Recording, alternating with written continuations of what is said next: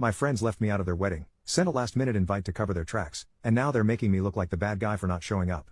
My friend Greg, 28 male, in my circle of friends met Shannon, 28 female, about 5 years ago and they immediately hit it off.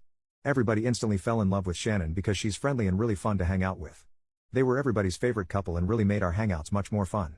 We all knew they were perfect for each other. They both made our crew that much better.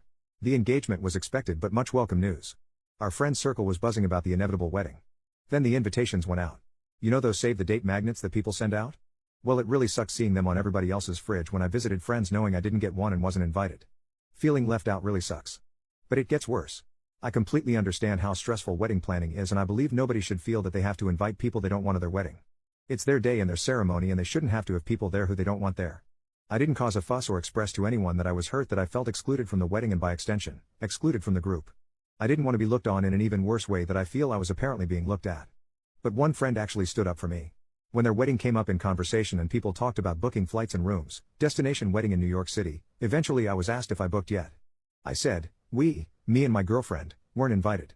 Nobody could believe it but I insisted that I wasn't upset because I know how situations like this can go. I didn't want to cause trouble because then the happy couple might resent me. Then I'd be the bad guy. I heard through other friends that my friend Tracy thought it was really messed up that I wasn't invited. She and I never spoke of how I wasn't invited to the wedding but she really felt a certain way about it. So a month before the destination wedding, I got a text from Greg basically saying sorry for forgetting to send an invite but that they would love to have us come to the wedding. It was way too late at that point for me.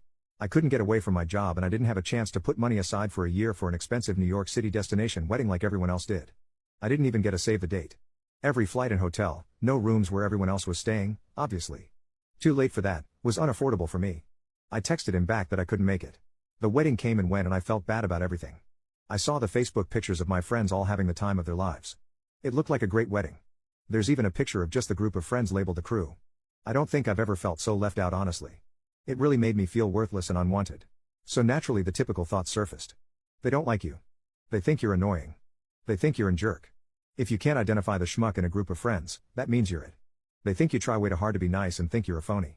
Then as if it couldn't get any worse, Shannon messaged me on Facebook asking why I didn't RSVP and said they missed me at the wedding. RSVP? Doesn't one have to be invited in order to RSVP?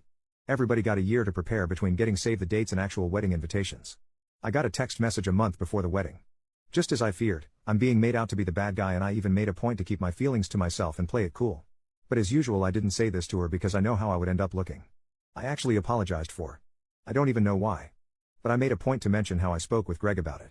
I also made sure to compliment the wedding pictures and say it looked like fun. I did everything I could in that conversation to make it easier on her and of course now I feel like a total schmuck. That was this past summer and I haven't seen them since. I feel like that's it for me in the group now. I see some of the friends in our group every now and then but everything feels different now. None of them even responded to my birthday party Facebook invite this month. I feel like things are being said behind the scenes and I feel completely out of the loop. It felt like a passive-aggressive message that maybe Greg and Shannon never actually liked me. My fiancée gets along great with Shannon and she's just confused. Seeing her confusion just makes my heart break even more because she's a sweetheart who's never offended anybody in her life. I wish I could break it to her that I'm just the guy in the group that Greg and Shannon think sucks but I don't know how and I feel like a complete loser who deserves this. I'll always appreciate Tracy for sticking up for me. She may never know how awesome it feels hearing about how she told everybody it was messed up that I was left out. I haven't even spoken to her about how the whole thing made me feel, or anybody for that matter. Reddit, you are the first to hear about it, because I didn't want it to appear like I am making a stink and become even more disliked. This whole thing just freaking sucks. I feel like I don't have friends anymore. And to make it worse, soon I'll have a wedding of my own and I'm afraid I won't have any friends there, except for Tracy of course. How am I supposed to handle who I invite so it doesn't seem like I'm leaving people out for petty revenge? How the heck do I navigate a toxic situation that I had no hand in creating? I still feel like I'm in the dark or could be overreacting. What the hell? Relevant comment, that totally sucks. I would be hurt too. Do you think maybe Greg was in charge of sending invites to his friends and forgot? Or it got lost in the mail? I had an invite get returned to me 1 month after I sent it, but thankfully I'd sent a save the date, and sent my invite super early so it ended up being fine, but if I hadn't one of my cousins might have incorrectly thought she was excluded. It sounds like Shannon, at least, thought you were sent an invite if she was upset you didn't RSVP. You actually did RSVP by texting Greg back, but it sounds like she thought you'd been sent an RSVP response card. OP. Yeah, it could just be a simple misunderstanding but word seemed to get around early that I didn't get a save the date and even later didn't get an invite either. Tracy especially seemed to make sure everybody was aware that she wasn't happy about my exclusion. The other friends I spoke to didn't even suggest that it could have been a mistake, almost like they knew something I didn't but didn't feel comfortable saying it. Only one person even spoke up on my behalf. Mini update 3 days later, I took everyone's advice and brought it up with Tracy. She just confirmed that Shannon was full of crap when she asked me why she didn't get my RSVP and wanted to absolve herself of guilt. I'm not sure if they forgot or if I just wasn't invited yet, but Tracy said we'd talk about it more tonight when she gets out of work. Final update: later that day, I spoke about it in depth with Tracy. It turns out Greg's best man, someone who was never in the gang but grew up with Greg, always hated me and Greg thinks I'm annoying. Shannon later felt bad, so they chose not to invite me and pressured him to invite me over text knowing I wouldn't be able to make it.